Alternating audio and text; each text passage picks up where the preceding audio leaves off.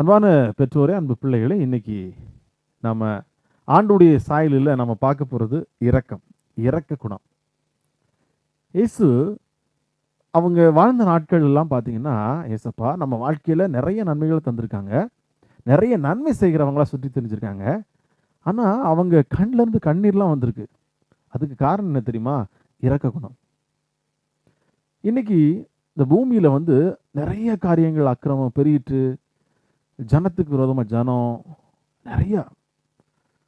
ஆனால் ஆண்டவராக இயேசு கிறிஸ்து நமக்கு கற்றுத்தந்த பாடம் இரக்க குணம்.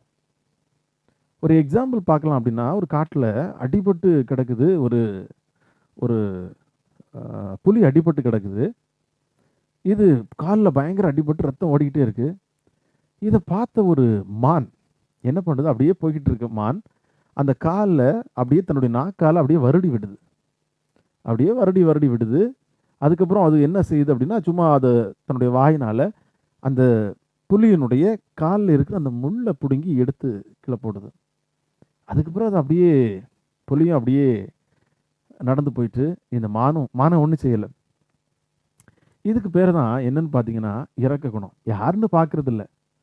ஒருத்தர் அடிபட்டு கிடக்கிறாரு, அவருக்கு உதவி செய்கிற ஒரு குணம். யாருன்னே தெரியாது, அவங்களுக்கு செய்கிற ஒரு சின்ன நல்ல குணம், நம்ம உதவி செய்கிற ஒரு நல்ல குணம். இயேசுநாதர் அதை செய்தார். நமக்கு நல்ல காரியங்களை இயேசுநாதர் கற்று தந்திருக்கிறார்.